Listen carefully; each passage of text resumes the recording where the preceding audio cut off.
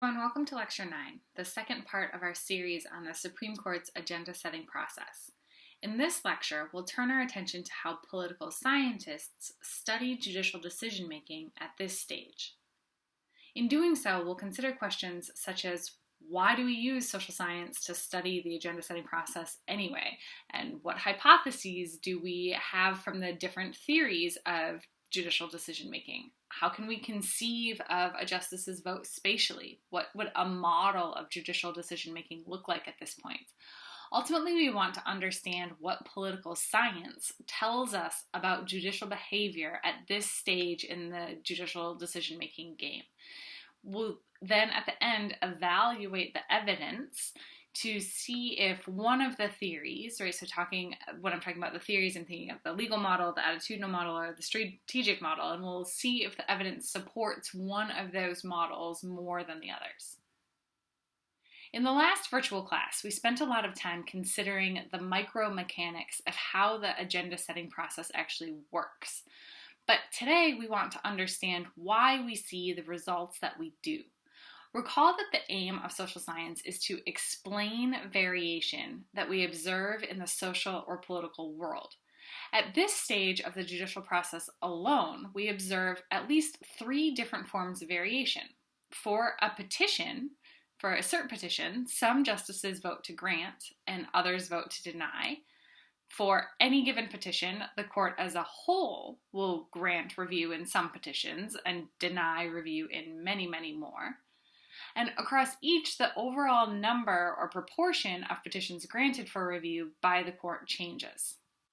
Let's look together a little bit more carefully at that last point to see the longitudinal trends or variation in the proportion of cases the Supreme Court grants every year. We know from the last lecture that the number of petitions has skyrocketed since the second half of the 20th century. So we would necessarily expect to see a decrease in the proportion of cases granted. As you might expect, most of the IFP petitions, the informal pauperis petitions, represented by the darker gray line and smoothed by the solid, thick black line, especially those written by inmates without the help of an attorney, are found to be without substantive legal merit and are quite easily denied review. Fewer than 1 in 700 IFP petitions is granted review each year. While paid petitions, those represented by this thin squiggly black line and smoothed with this dotted line, rely on attorneys to file the appropriate briefs, we still see a decrease in the proportion of such petitions that actually make it onto the Supreme Court's docket each year. In the modern court, only about 1 in 20 paid petitions are granted cert and land on the court's agenda every term. While paid petitions fare better chances in surviving the agenda setting process than do IFP petitions, it's clear that the burgeoning docket has made it more difficult for litigants of all stripes to get their day in court. While the rise in the number of cert petitions certainly lessens the odds that the Supreme Court will allocate time to any given case, the decrease in the size of the court's agenda also functions to decrease the odds that a writ of certiorari is granted. So given that proportionally so few cases are granted every year, we really want to understand why some cases are selected while the vast majority are denied cert. At this point, you should start to see a bunch of different tools you've been learning this semester come together. This is where we integrate the tools of social science research with theories of judicial decision making. Before we get into the weeds of political science research, take a second to remind yourself of the basics. In this instance, if we were looking at the impact of legal conflict on a justice's agenda-setting vote, what do you think the independent and dependent variables would be? Is it legal conflict and vote and legal conflict, size of impact and vote, size of impact? What is it? Well, remember that the dependent variable is the one whose variation we hope to explain, and that this depends upon the independent variable. In other words, we say that changes in the independent variable cause changes in the dependent variable. So here we want to explain a justice's agenda-setting vote, and we say that this depends upon the presence of legal conflict. Thus, legal conflict is the independent variable, and the DV, the dependent variable, is the justice's vote. Now, you might be wondering why we spend so much time researching just one stage of the judicial decision-making process, but this is actually pretty important. The justices and the court as a whole spend a lot of time setting their agenda, sifting through writs of certiorari, so it's important to understand what happens here. But the agenda setting stage also gives us a unique venue to test the various theories of judicial decision making because the justices have almost complete discretion over what cases to grant, and their decisions take place in private, almost entirely shielded from public scrutiny.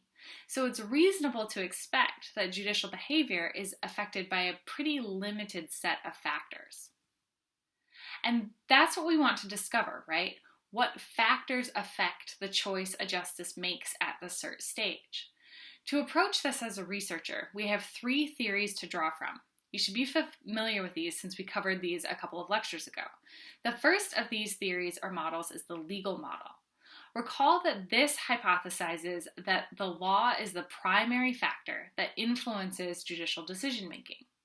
If that's true, then judicial behavior should be driven solely by legal considerations, and justices should grant petitions to fill their legal obligations as stated in Rule 10. Likewise, they should be most likely to pick petitions with legal conflict or other important questions of law.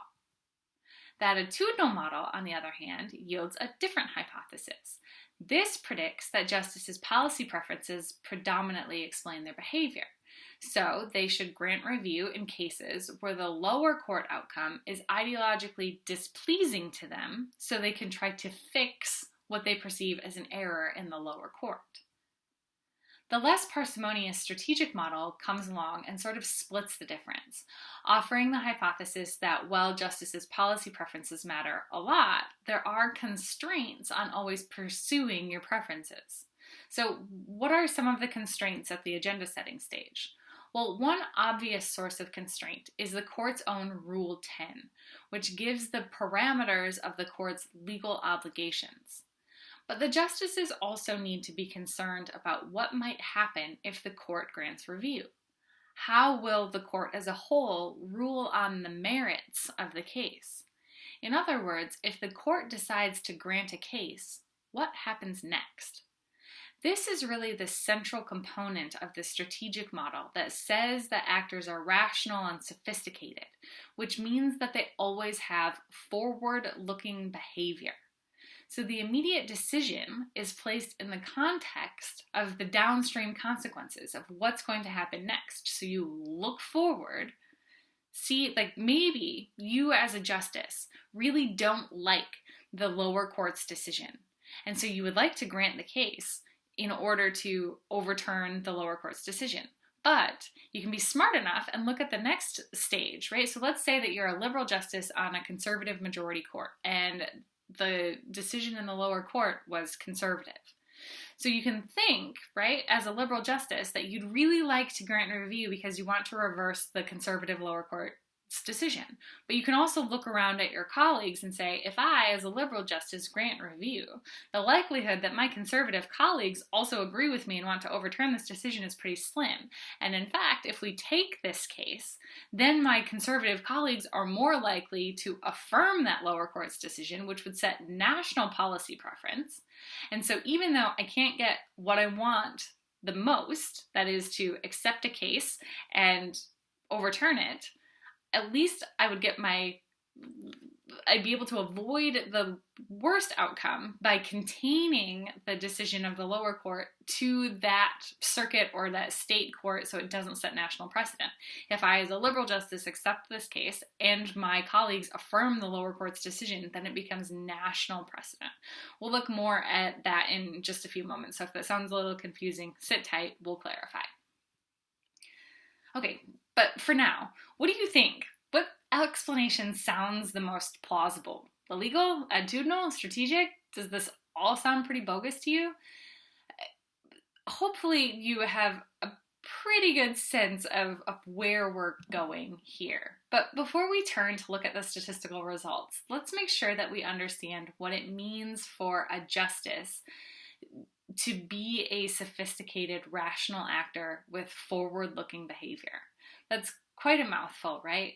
The big question that justices likely consider at the agenda-setting stage is whether or not, compared to the current state of legal affairs, so the current status quo, would granting review make me, the justice, better off in terms of legal policy? In other words, do I prefer the future outcome or the current legal status quo? There are two ways of thinking about this, with and without uncertainty about the future, and we'll examine both. So first of all, let's draw an ideological continuum from liberal legal policy outcomes on the left-hand side and conservative policy outcomes on the right. Let's say our justice, denoted here with a J, is relatively conservative, and that a cert petition is filed in a case where the current policy, or the legal status quo, the LSQ, is relatively liberal.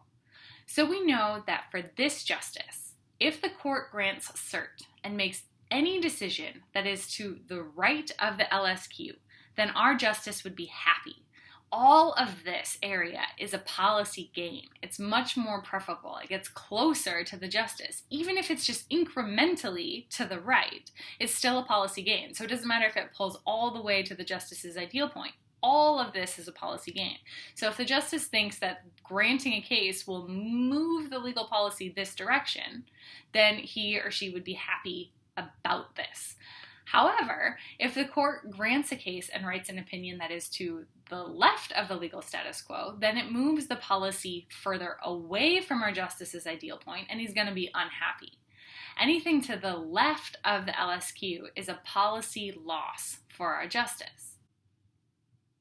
So this means that if the justice can predict where the future outcome will be if the court grants a case, then he should know whether or not he, as an individual justice, should vote to grant or deny the case. If the future outcome is in green and it's a policy gain, then the justice is going to be better off, so he should vote to grant the case.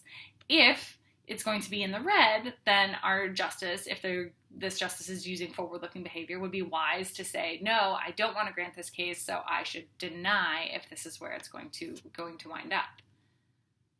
Let's walk through a few hypotheticals to make some predictions using a model of spatial judicial thinking.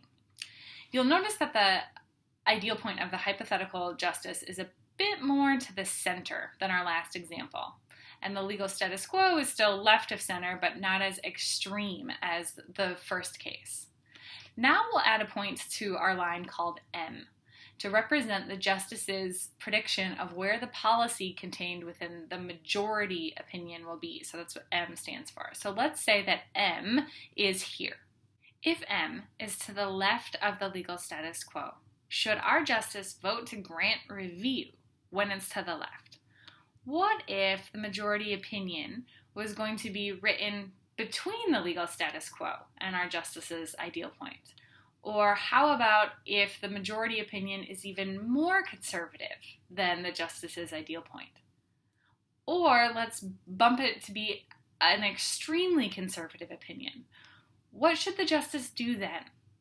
Take a second to jot down a couple of guesses.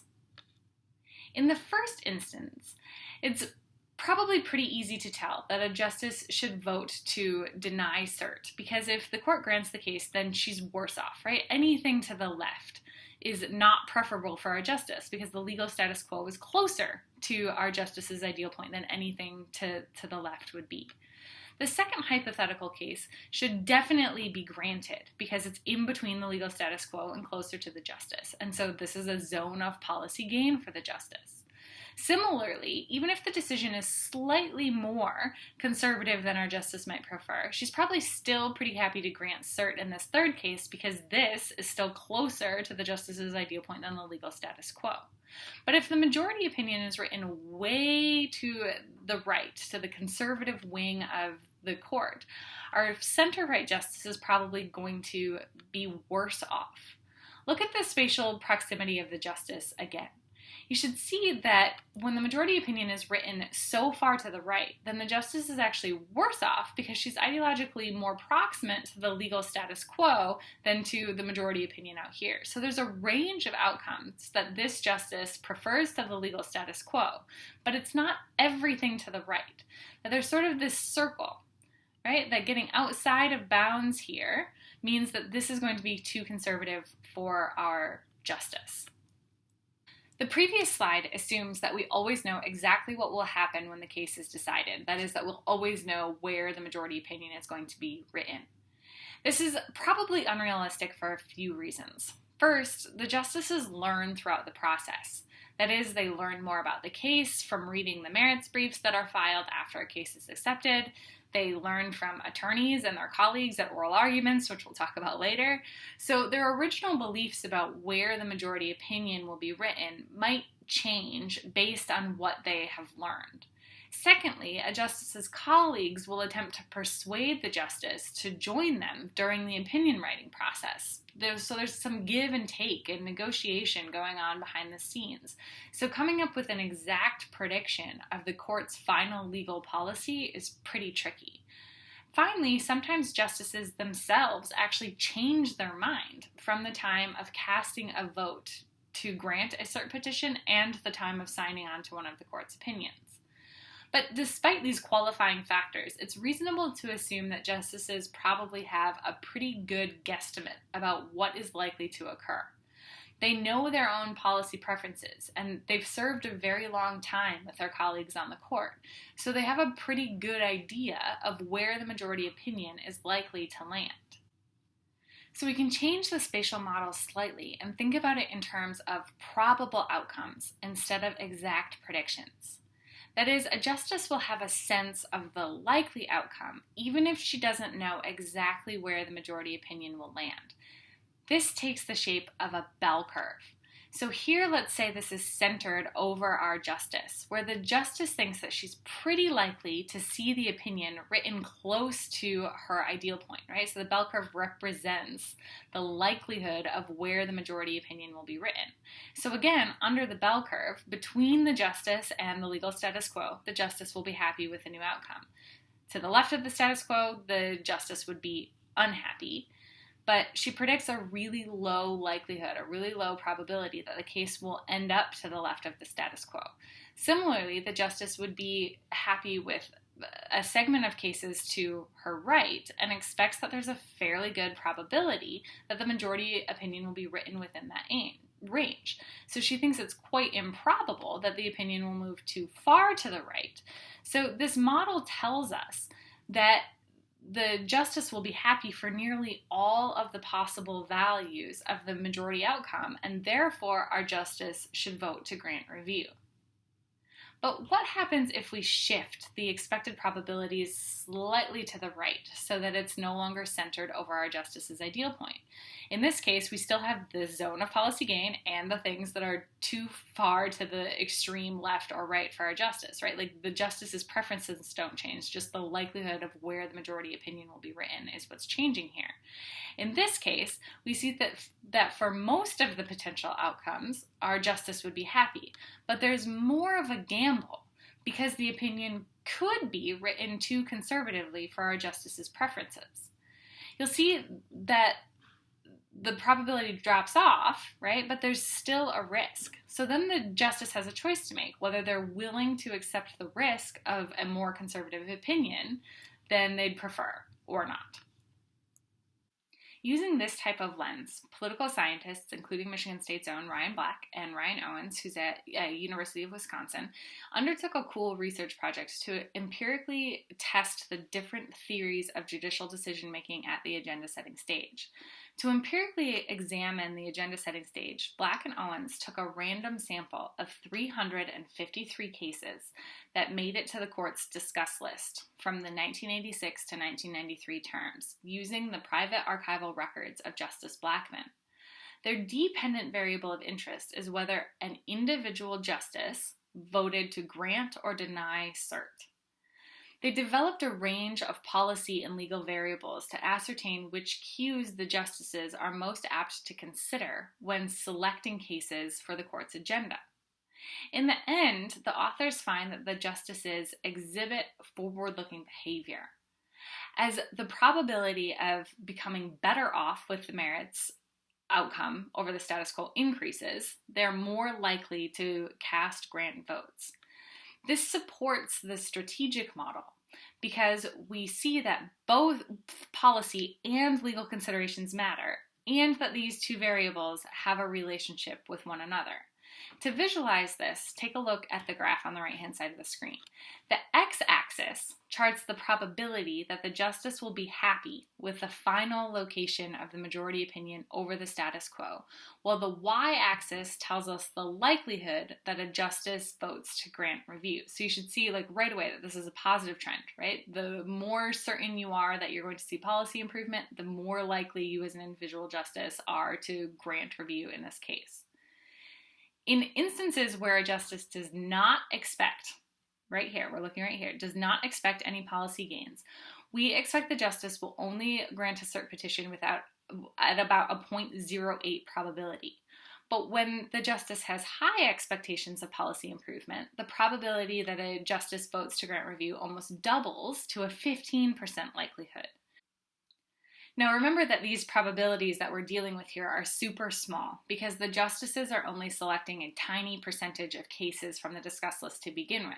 As a result, we should expect, our default assumption is that most votes cast are to deny cert.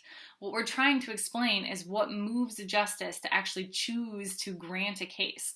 So this percent of policy improvement, the more certain you are that it doubles the percentage, that's actually pretty notable, even though we're only moving from an 8% chance to about a 16% chance. Still important. The Black and Owens study finds that policy considerations matter, but they also find that legal factors affect voting behavior too. In particular, they show that if there's no legal conflict between the lower courts, or the lower court did not exercise judicial review by invalidating an act of Congress or the executive, then there's only a 12% chance of a grant vote. But if there's clear legal conflict between the lower courts, so between two or more circuits, or two or more states, or states and the federal government, then we see the probability jump by 25%. In other words, if there's clear legal conflict, there's a 38% chance a justice chooses to grant the cert petition. This pattern is exactly the same for if the lower court exercised judicial review. Remember that all federal courts, not just the Supreme Court, have the ability to strike down acts of the elected branches as unconstitutional. So if a lower court does this and its decision is appealed to the Supreme Court, there's a 38% chance that a justice will choose to grant review in that case. Finally, if both of these things exist, and there's clear legal conflict, and the lower court exercised judicial review, a justice is far more likely to vote to accept the case with a 75% chance of a grant vote. This is an interesting finding, right? We see that policy preferences incrementally affect the likelihood a justice votes to grant cert, but that legal considerations actually seem to weigh more, having a greater effect on the justice's vote choice. So this raises the question, what happens when the legal factors and a justice's policy preferences are in conflict?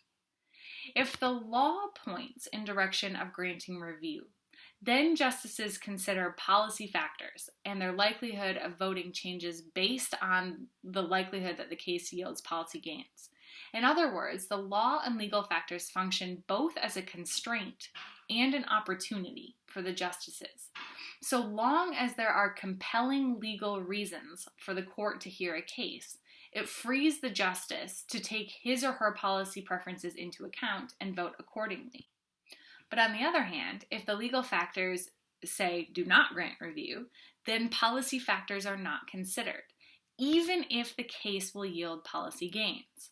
In short, we see justices act ideologically or in fulfillment of their attitudes, right, and seeking their policy preferences, if and only if they have the law on their side. Let's take a look at this graphically.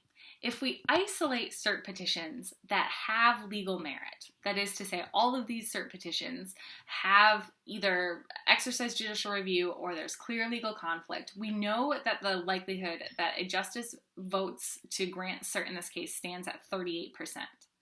But now look what happens on the x-axis if we increase the probability that a given justice will see policy improvement if the court takes the case. As a justice grows more certain that she'll see policy improvement, as long as there are legal factors to support the case, a justice is far, far more likely to grant cert. The probability jumps from this baseline prediction of 0.38 or 38% all the way up to 68%. But if there are no compelling legal reasons for the court to hear a case, it doesn't matter if the justice would like to take the case because they'd be happier with the court's decision than with the legal status quo. Without the law, the justices simply do not behave ideologically. Looking at each piece of the puzzle independently or not controlling for competing explanations would yield misleading interpretation of judicial behavior. In the first slide of results, we saw that the justices seemed to take their ideal policy preferences into account. But in the very next slide, we saw that legal considerations mattered too, and had more sizable impacts. It wasn't until we put the two theories together that we got a clearer picture of how the justices make decisions. As a result, the Black and Owen study provides strong support for the strategic model of judicial decision-making. I just mentioned the need to control for other explanations too, right? Well, Black and Owens didn't just account for legal and policy factors. They hypothesized that other factors might matter too. And they found that if the Office of the Solicitor General supports the cert petition and wants the court to hear a case, it increases the likelihood that a justice votes to grant cert by 20%. More importantly, the justices will follow the recommendation made by the Office of the Solicitor General even when it conflicts with their own policy views. We'll talk much more about the Office of the Solicitor General in a subsequent lecture, but note here that it's important already at the agenda setting stage. Black and Owens also find that when more interest groups are involved in the agenda setting process, it marginally increases the likelihood that the court will grant cert. If an interest group files what's called an amicus curiae brief in support of a writ of certiorari, it increases the likelihood that a justice votes to grant cert by 5%. Finally, Black and Owens finds that if the circuit court reversed the decision of the district court, the trial court, it increases the likelihood of a grant vote by 9%. Taken together, there are clearly lots of moving parts and dense materials concerning the Supreme Court's agenda-setting procedures, which is the first stage of the justice's decision-making process. Because this is such a big business at the court, political science research asks what factors influence a justice's voting decision. The major takeaway is that the results support the strategic model. We find that justices do engage in policy-minded voting, but they are critically constrained by a couple of things. First, they're constrained by what comes next in the court's merits decision-making, and second, by the legal considerations as described in Supreme Court Rule Number 10. If you've understood today's lecture, you should be able to identify the different sources of variation at the agenda setting stage. You should be able to describe the general longitudinal trends, and then make sure that you can independently apply the spatial model of judicial decision making to analyze whether a justice is more likely to vote to grant or deny cert, and understand why that is, and then explain how the law and policy preferences of the justice comes in to interact in an individual justice's vote choice. Ultimately, make sure that you understand what theory is most supported by the evidence presented in the Black and Owens study that we covered in today's lecture. If you can do those things, you're in good shape.